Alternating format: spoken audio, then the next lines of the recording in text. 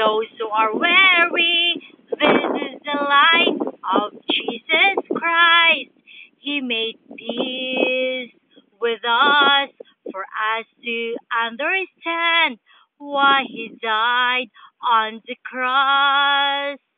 He bartered His heavenly throne for us to be born again lambs through His greatest sacrifice to be hurt so much.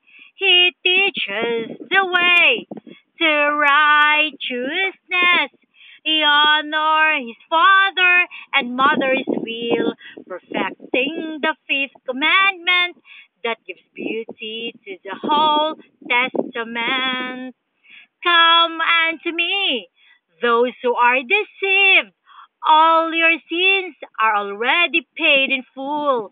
This is the line of Jesus Christ. When we are outcasted, believe that we have a helping hand. Jesus Christ aid us to the very truth of life. Come unto me, those who are deprived. I have a holy mother freely given to you.